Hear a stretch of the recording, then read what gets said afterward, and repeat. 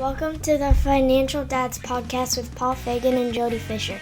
This is the podcast for all dads who want to succeed with life's topics, especially related to family and finances. Now here's my dad, Paul Fagan. Hey Jody, how you doing today? Hello Paul, how are you? I'm doing well, fantastic. Today's topic is owning a condo or co-op. The differences, or I should say the positives and negatives of owning a condo or a co-op, and maybe some comparison between condos and co-ops in a single family home versus the shared property ownership, and we'll discuss those pros and cons. But first, let's talk about some news we saw this past week. So story number one is from Yahoo, and of course we'll post all of these links up to the website, to the Facebook page. But the headline is, Expert Explains Why Americans Need to Get Away from Retiring at Age 65. I read this article and it was somewhat depressing. My plan has always been that when I turn 62, I would have the option to retire. Basically what this article is telling everybody is you're going to have to work longer. And so the government's looking at raising ages on when you can retire, on when you have to take distributions on funds, all these different things. But to me, the net effect of the article is retiring at 62 is not so much of a reality anymore, because what they're saying is the money could run out and you could be stuck later on in retirement. My argument is that once you start getting into your 60s, you don't know how much longer you may have, right, on this planet. And so my rule of thumb has always been that I want to retire as soon as I can, and then if I have to work, I could pick and choose what I want to do in retirement, but I do want to enjoy some level of retirement before I pass. My family has been notorious in terms of passing away in their 60s, so I come from that chain. So for me, retiring at 72 probably won't be an option. Hopefully, I'll be well into my 70s, but I don't know if I'm willing to take that gamble. So I'm going to focus on retiring as early as I can. Jody, what is your thoughts on this story? Yeah, I think that's good advice, Paul. I mean, we never know what tomorrow is going to bring. And given the fact that you have your own, hereditary, I guess we'll call them health challenges there, the fact that you are properly preparing for things to enjoy your life at that point, I think is really smart. I read this article and it sort of didn't hit me in that way, because I haven't even started thinking about my retirement in practical terms, other than just saving for retirement. Like I have no idea what's going to happen to me, when I'm going to do it, what I'm going to do. And so this article did not have the impact that it had for you. It did strike me though, how, and as you were talking there about health challenges, how much your life can change post 60, in terms of all the different things that will happen, the financial aspects of it, the health aspects of it, the lifestyle aspects of it. And it made me think life post 60 for many people changes at the same pace and in the same extraordinary ways as your life can change when you're, like 18 to 25 or 30. So many different things happen, I think, over the course of, 60 to 80, let's call it. You can run into, unpredictable health challenges. You can run into very extreme financial situations in terms of health care, in terms of where you're living, in terms of maybe, you're in that zone where it's children or grandchildren, children going to college or grandchildren growing up. There's so many different things that can happen in that 60 to 80 range. So I think that regardless of the regulations that are imposed upon us that we can really kind of do nothing about, being prepared for that period of your life is really, really important. And let's step back for a minute. And the whole point of our podcast here is to share knowledge and share ideas and to help people be as prepared as they can for their financial future. So just making sure that you're ready for whatever comes down the road, I think is what I took away here. Very cool. Very cool. And we'll post, of course, we'll post all these articles up on the Facebook page. The second story that we're running with this week is New Year, New Money Challenges. Are they a smart way to save in 2020 or a giant waste of time? So I guess the gist of this article is that you're getting involved, and I think you put it best prior to the podcast, Jody, gamifying your savings. And having this challenge of putting a certain amount of money per week away and then competing with others. To me, what I take away from this story is whatever it takes to get you to put money away and save is a good thing. So if gamifying this helps you and you're challenged by others and looking at online progress, everyone's got their own carrot and stick, or is it the carrot and stick? I forget the term I'm looking for, but something to motivate you to do the savings. And if that takes a group to motivate you to start saving, that's great. If you could just on your own put $5 a week, $10 a week, challenge yourself. Like I said years ago, I got challenged, so to speak, by my friend's grandfather. I've talked about that in previous podcasts. And I started putting away $20 a week as a young boy or a young kid. And then I started ramping that up. Over time, that's what got me to where I am today. The fact that I was doing a consistent controlled savings. And so no matter what you do, I think it's healthy to put that money away. And if gamifying it helps you, go for it. Jody, what are your thoughts on this topic? I agree with you on this article. When I read it, my thought was, this article is the "See, I told you so" article. In other words, saving up a little bit of money every week actually works. And you can read the examples that are in this article, but that's what I've talked about it. That's what we do in our budget. We save up a little, teeny tiny amount of money. We have a budget line for this savings or that pile of cash or this envelope to spend on things that we know are coming. This type of savings actually works. And this article is for the people who haven't tried that yet, to actually get started trying it and then let them, as you said, Paul, make it work for them in the way that it works for them. Very cool. Incremental savings works. It absolutely works. Great call out. That's great. So I think now that we're done with our stories for the week, it's okay to switch to our next to our weekly topic, right? The difference between single-family home versus shared property ownership in terms of a condo or a co-op, but really the focus on the differences, the pluses and minuses of condo and co-op ownership. So we're going to kind of blend it all together today. My current situation is I've owned both a condo and a single-family home. I was happy in both because both of them had their pluses and minuses. I liked the conveniences of the services that a condo provided. When we had our condo, we live here in the Northeast. I never owned a lawnmower. I never had to worry about shoveling snow. I never worried about the garbage. We had pools and tennis courts and all kinds of amenities that were built in to the complex.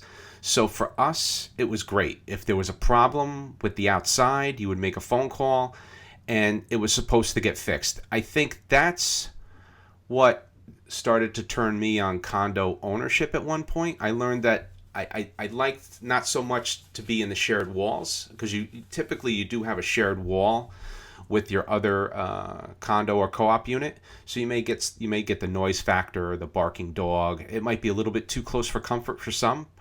We really didn't have it as a problem, but a couple of times we would hear the people next door. It was a little too close for comfort. And then the other thing was the rising cost of maintenance for us.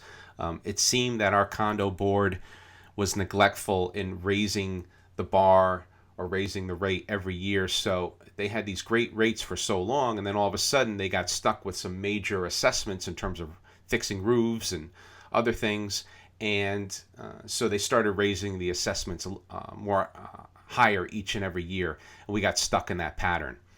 And then the other thing I didn't like about at least the condo experience I experienced was the lack of repairs. There was some outside repairs that needed to be done, and we put the requests in, and they weren't getting repaired in the timely manner. So that was frustrating. And then, of course, the last thing I'll talk about are the rules and regulations. I'm reminded of a story when the condo board president for our condo complex put my garbage back on my porch. I don't know if I ever told you this, Jody, because we didn't recycle properly. So they put the garbage bag, they pulled it from the garbage pail and put the garbage back on our porch with a note saying that we have to properly recycle. And that was very, very frustrating. Like, where it's people are too much in your business when it comes to that. So the self-appointed regulator of the garbage, huh? Absolutely. And so for us, we moved for a couple of different reasons. Really, the primary reason we moved was the home ownership angle. We had our son. We could have stayed in the condo. My wife needed to move closer to her work, so we sold the condo, bought the house. We were going to keep the condo as a rental property, but we were hearing rumblings that there were major problems with the sewer system in the condo complex. So it's a private sewer system. And if something was catastrophic there, the assessments, which are repairs that get peanut buttered across everybody, right, in terms of cost, if those came to fruition, we could be hit with almost another mortgage payment to repair the sewer system. So we got out. I think we got out just in time. I think it's analogous to us going under the Indiana Jones, where he gets underneath the wall that's coming down. He grabs his hat before it finally closes, and I think that's what happened to us. So so I know I painted a very grim picture, but I do have to say, I have a friend of mine who has a co-op, and he has a beautiful experience with his co-op. The maintenance is great location. The maintenance, they maintain the property. They have a beautiful pool. Parking's great. Hallways, everything is kept up. So I really do think that for some people, co-ops and condos could be a great experience. And I think overall for us, if we had to stay in the condo, we could have made it work. I think I just happened to hit a condo that probably needed a little bit more work, and started to get to that point where I needed to invest a little bit more money. So it was sort of mismanaged for a little while. But if you get into a good working co-op or condo situation, it could be really good. So Jody, I'm going to switch gears. I'll send it over to you in terms of what is your current situation when it comes to condo or single family home ownership.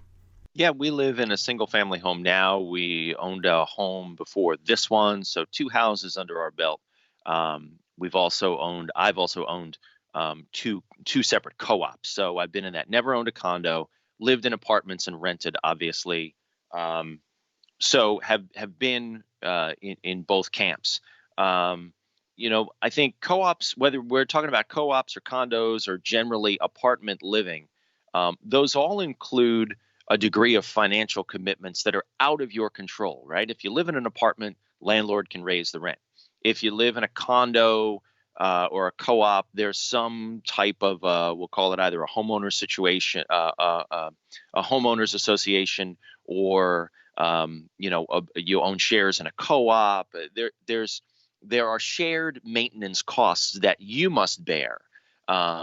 But similar to, you bear maintenance costs if you live in an apartment too, because if the landlord has to fix the elevator, well, he's just going to raise the rent. So there is a degree of financial commitments that are really out of your control, that are not so out of your control when you're in a house. I'll circle back to the house in a minute. And so you have to go into those situations as well as the home with eyes wide open. You have to understand what your costs are going to be and how they could change over time, depending on how long you live there. Paul, you described the idyllic situation of, never owning a lawnmower, never owning a snowblower, never had to worry about the garbage, but for that one nosy neighbor. Interesting. I'm as you were saying that, I was curious as to whether or not that same person who gave you the note on your garbage was also in any way responsible for the deferred maintenance on the complex. Yeah, absolutely. I'm betting that they were. Absolutely. Betting that they were. She was there quite some time, and it's funny. She'll probably never listen to this podcast, but we wound up using her. She was a realtor, and believe it or not, we used her as our realtor to sell the condo. And my wife was That's actually the personality you want. Exactly. But we also wanted somebody who was local, who knew the complex, and what's the word I'm looking for, the phrase I'm looking for? She's drinking the Kool-Aid. Who's going to sell our condo better than somebody who owns a condo 4 doors down from us and could tell you how great it is? Absolutely. Right. Oh yeah. So I think for us, and it really worked out well, despite some going back and forth with my wife on the selection of realtor that I wanted. It worked out well, and we got out, and like I said, we really enjoyed it up there. The condo was great, and I know I cited a bunch of negatives before, but there were a ton of positives, right? And maybe that's where we'll kind of turn the conversation to our general discussion today, right? Where we talk about topics. And I think the first one I want to jump into is what is the difference between a co-op and a condo? A lot of you out there are thinking about this, and we're going to post a good article that we found to the Facebook page, so you could check it out there. But just to hit the highlights, in the co-ops, you own shares. You don't own any kind of real estate. But with the condo, you do have some real estate ownership. And when I say condo, I'm also talking about a townhouse. Typically, a townhouse is a condo, and a townhouse is a different type of condo. But I'll leave it up to you guys to read the article that we post, because I think the article does a great job of describing the differences between the two.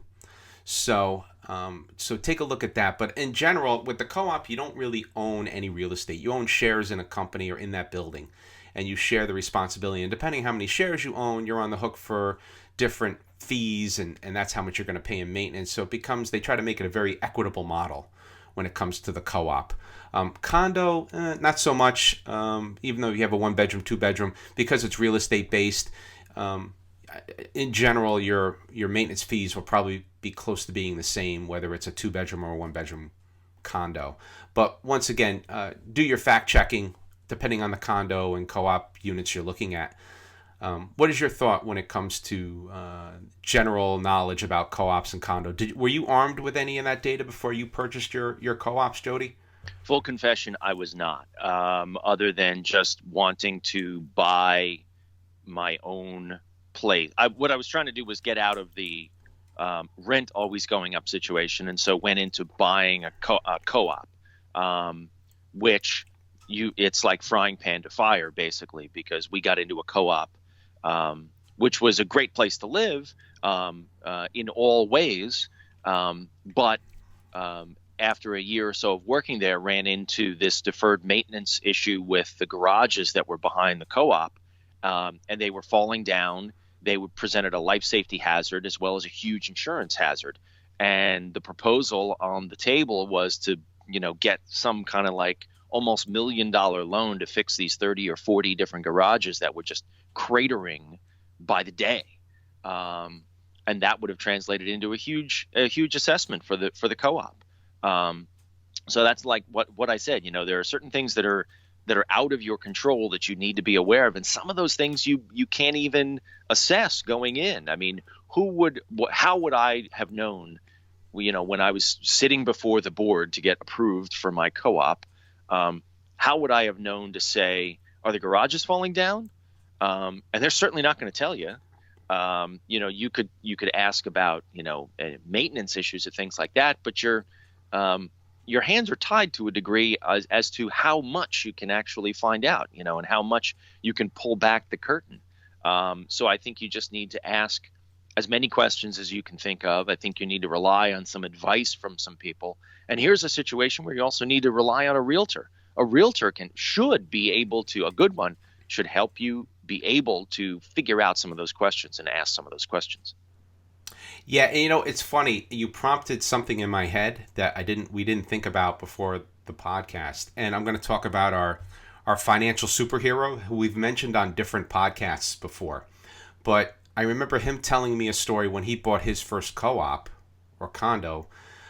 He looked very closely and did a lot of research. He did exactly what you talked about, and the net result was that he was in a beautiful 1-bedroom co-op or a condo in New York City, and he figured out, and he looked at the research and he looked at the numbers very closely, and the building he was in had a parking garage and had a supermarket and had other retail attached to the property. And what he found was that even though the maintenance was high on a monthly basis, typically it had a track record for the last 3 months of the year of the board waiving maintenance because they had so much profit coming in from the other revenue streams, from the parking garage and from the supermarket, that the net effect was his maintenance was much lower year over year. That's a smart board, and that's the result of doing homework. That's incredible. I didn't know that. Yeah, he did his homework, and like I said, we're never going to get him on this podcast, but he is somebody that we would want to talk to. But it is funny that back then he figured that out. He knew what to look for in terms of buying. So I'm going to focus on, that a bit of advice you touched upon, but really enforce it. Do your research, ask your questions. Don't rely completely on your realtor. You have to do some of this stuff yourselves. And if you're looking, make sure you're asking these types of questions and doing this type of research. I would have never thought to look at stuff like that, but look at the financials of your condo. Are they keeping up in terms of cost of living increases, in terms of raising your maintenance? What has the maintenance been for the last 10 years? Has it been stagnant? Some people might see that as a positive. I could tell you it's a huge negative because they're not keeping enough money in arrears. Look at how much is in savings for the condo or the co-op. How much do they have put away? Because inevitably things break, things go wrong. I could tell you my mother and father moved into a co-op, and the timing must have been perfect because another good friend of mine, his parents moved into the same co-op. And they both moved in. They both loved it until things started happening. The age of the co-op, they needed new terraces. They had a problem with the elevators. They had a problem with the roof. They got to a point where the assessment was becoming so out of control. I could tell you right now, both my mother sold her unit and my friend, his family, sold their unit to get out. And they had a tough time selling the units because the price of the maintenance was going so high. Over the course of 3 years, I think it almost doubled. Wow. And then assessments on top of that. So be careful. I know it's tough, but I know we're painting the scary picture, and it's not meant to scare anybody. But just like we always try to point out, learn from our mistakes, learn from others that we know their mistakes, and keep your eyes wide open, right? So I think now we'll jump into the positives of this type of ownership, right? Because it's not all doom and gloom, right? So I could tell you I love the amenities. Where I was, they had swimming pools, they had tennis courts, they had an indoor basketball court. My mother and they had a pool during the summer, communal barbecues, and once again, no maintenance. And you kind of, if it's run right, you do share the costs, right? So, which is a good thing. So there's a lot of positives. What are some of the positives that you could think of, Jody, when it came to co-ops or condo home ownership? I think the ease of living there is definitely attractive. Like you said, whether it's snow removal or landscaping, or, you might have a gym, you might have a pool, you might have anything else in the courtyard or whatever. That can all be great. Typically, those places are also conveniently located. Walking to, a downtown area or, transportation or whatever. Typically, those places are built or exist in places that are convenient and attractive to buyers. I think you just need to assess the amenities that you want to have there, and go for it, and realize that all those amenities, and I don't mean to turn this back to a negative, but again, just eyes wide open, all those amenities take upkeep, and make sure that when you're going into those situations, that those wonderful things that you're buying into are also properly kept up, and properly paid for over the course of their lives, to make sure that they're available to you. Because the last thing you want to do is move into the place that's got the great pool, and then the pool goes out because someone hasn't kept up with the maintenance for it. Yep, that makes sense. And I think, to your point, our condo, in terms of convenience, it had shuttle service to Metro North train station, and to local shopping and doctor's offices for people that wanted to not move their car. So literally, you could rely on the bus service if you wanted to, the private, free, or was part of the maintenance bus service, and you could get around. We never took our car to the train station. We would just get on the bus, and it would pick us up in front of our condo and take us to the train, and vice versa. On the way home, it would pick us up at the train station, drop us off at our condo. So it really worked out well in terms of convenience.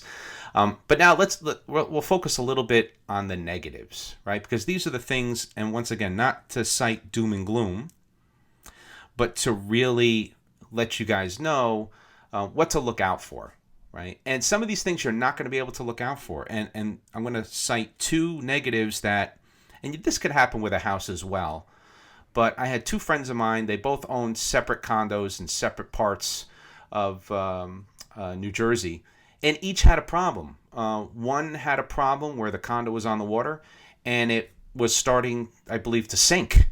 The condo was starting, the whole unit was starting to sink, the whole complex, so to speak, and they were suing the builder. And then I had another friend that had a condo, and he sold it, but it had issues with the construction. Freezing pipes. Pipes weren't buried deep enough, and some of the infrastructure was shoddy. And they, I believe, also were suing the builder. But once you start using the word suing the builder, you're probably stuck, right? And so just something to watch out for is there are things that you may not be able to have within your control that could happen with condo or co-op ownership. Same thing with a single family home, though, right? In terms of you can get mold. There's different things that you could watch out that may happen. Your foundation may sink. There's a lot of things that could happen, right, that are unforeseen.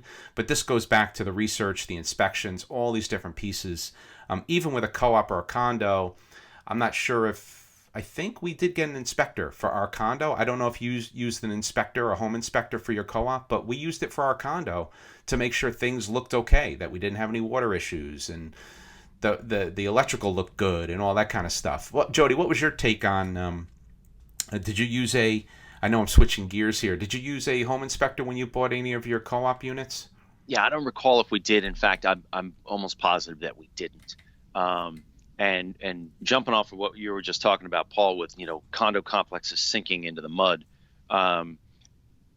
In addition to those types of maintenance issues, and look, maintenance is going to happen no matter what structure you're in, whether you're in a 30-story high-rise apartment and paying rent, you're in a condo or a co-op with a homeowners association or a board with maintenance fees and things like that, or whether you're in a single-family home.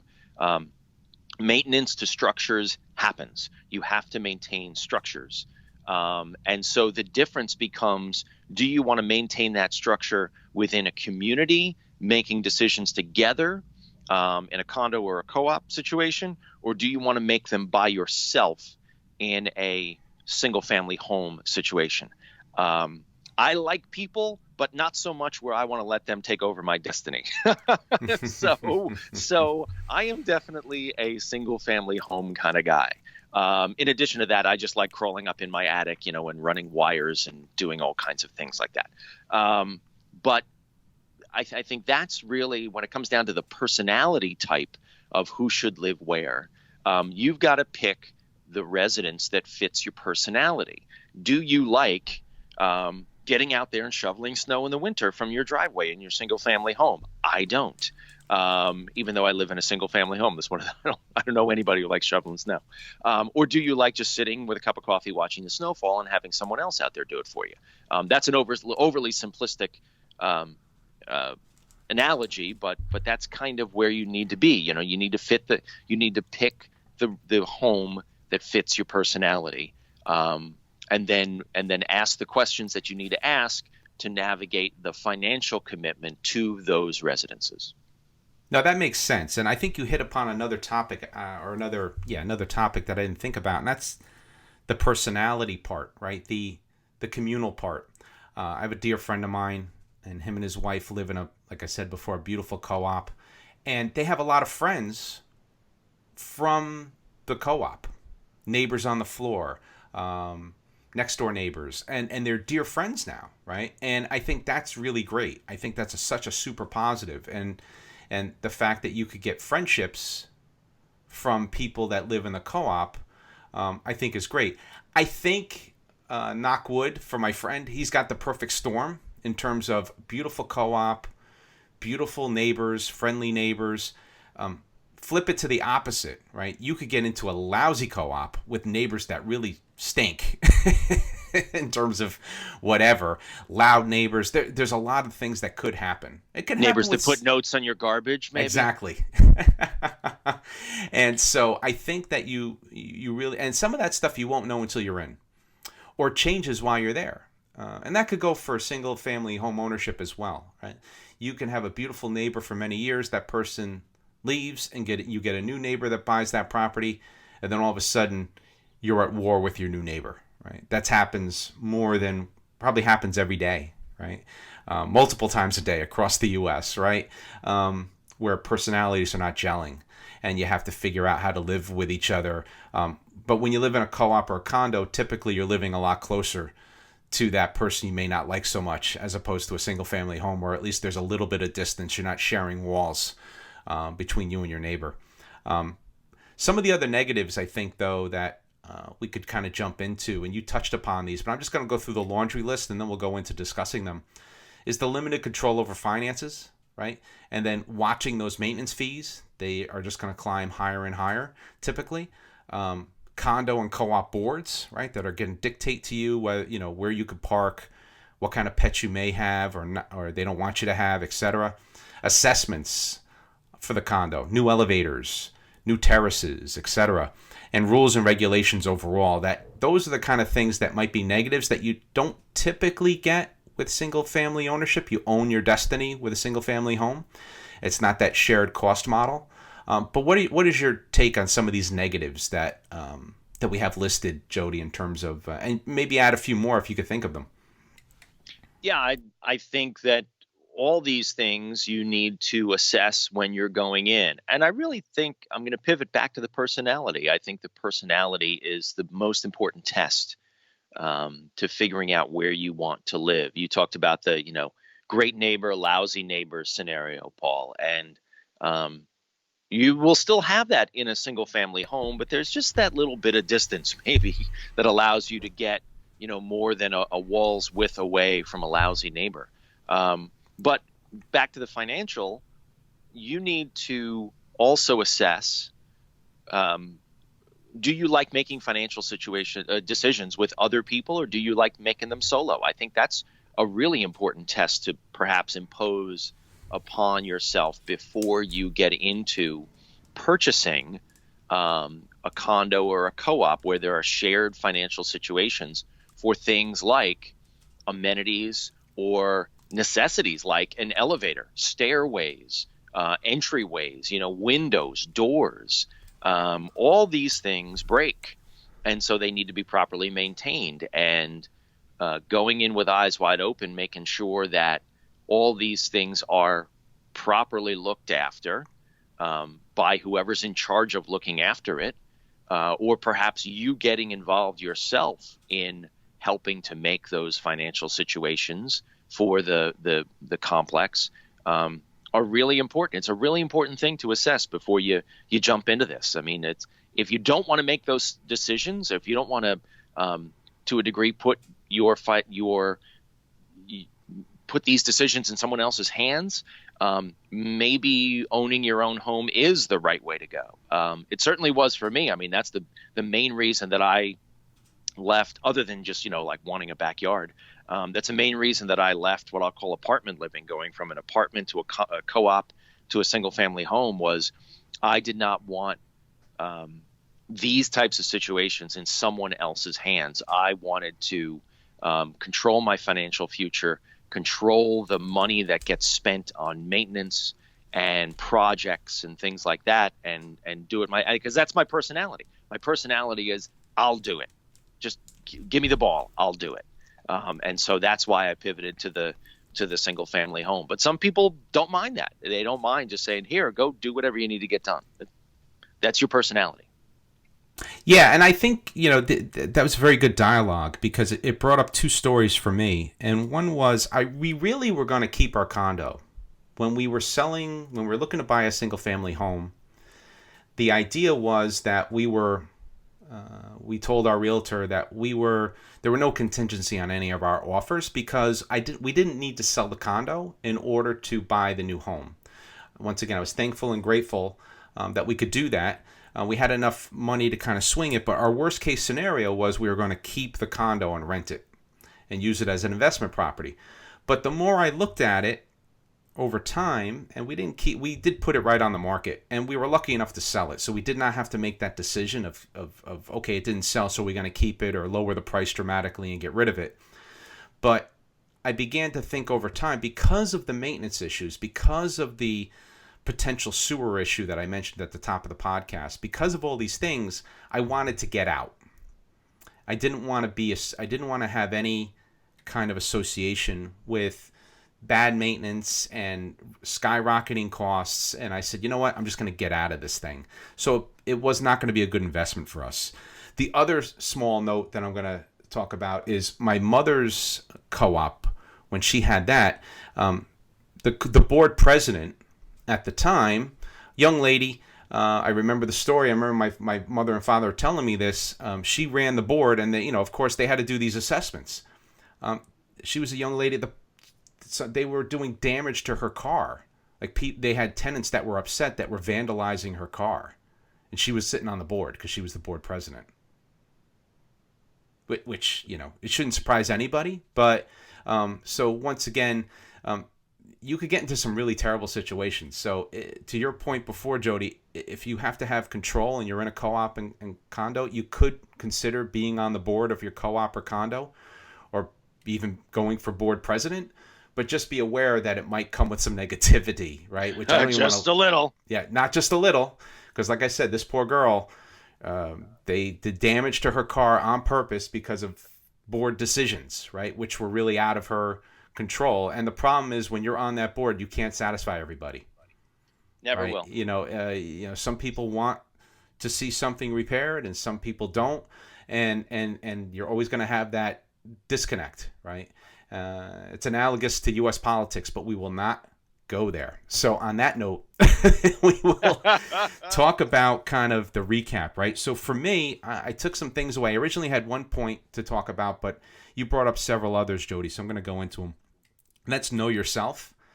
What do you want out of the situation? Know your personality. What is going to be a best fit for you? And write it down. Make that decision, write it down. I think I mentioned this on a previous podcast. I have a good friend of mine who's a friend and colleague at my current job. He decided to buy a townhouse, and he bought it for a number of reasons that were personal to him, and he made the right call, right? He didn't want to get involved with cutting lawns, and his travel schedule wouldn't permit it. So he really sat and thought and discussed it with his significant other, with his wife. This is what we should do. And that's another important thing. So don't do it in isolation. If you're a family, talk about it with your spouse. Make sure that you're on the same page. If you're going to buy a co-op, condo, or single family home, make sure you both write it down. You both are on the same page with that purchase. And then do your research, right? Make sure you're researching the financials of that co-op or condo or single family home. Do home inspections. I know they'll say that, oh, you don't need a home inspection because it's a co-op. You know what? Pay the $200, get someone in there to check the pipes, look at the electrical, take a look around the building. It might be money well spent. Weigh your options, right? So if you're looking at a number of condos, do that, compare and contrast between the different units you're looking at, different buildings you're looking at. Talk to people, ask those questions, talk to neighbors, see if you know people who know people in that building, figure out what the real life is in that building. So there's a lot of things to look at, but I think know yourself, do your research, write it down. Jody, what are your takeaways from today? I think those are all great, and I'm not sure that I can add anything to that. Yeah, eyes wide open, like we always say. Just ask the questions. Don't be afraid to ask the questions, right? And especially in a co-op situation where the board is asking you for, geez, I remember like 3 years of your financials and all this other stuff. Don't be afraid to turn around and ask them for the same thing. And if they won't give it to you, it's not where you want to live. Oh, well put. That's another good point. Well put, Jody. Well, Jody, I thoroughly enjoyed our discussion today, and I'm personally looking forward to the next one. Thanks, everyone, for downloading our podcast. If you have any questions or comments, please email us at financialdads@gmail.com or check us out on Facebook. Just go to financialdads.com. So with that, this is Paul and Jody reminding you, managing finances can be stressful, but that's why the Financial Dads are here to help you plan for success. Have a good one, everybody. Be well, and thank you.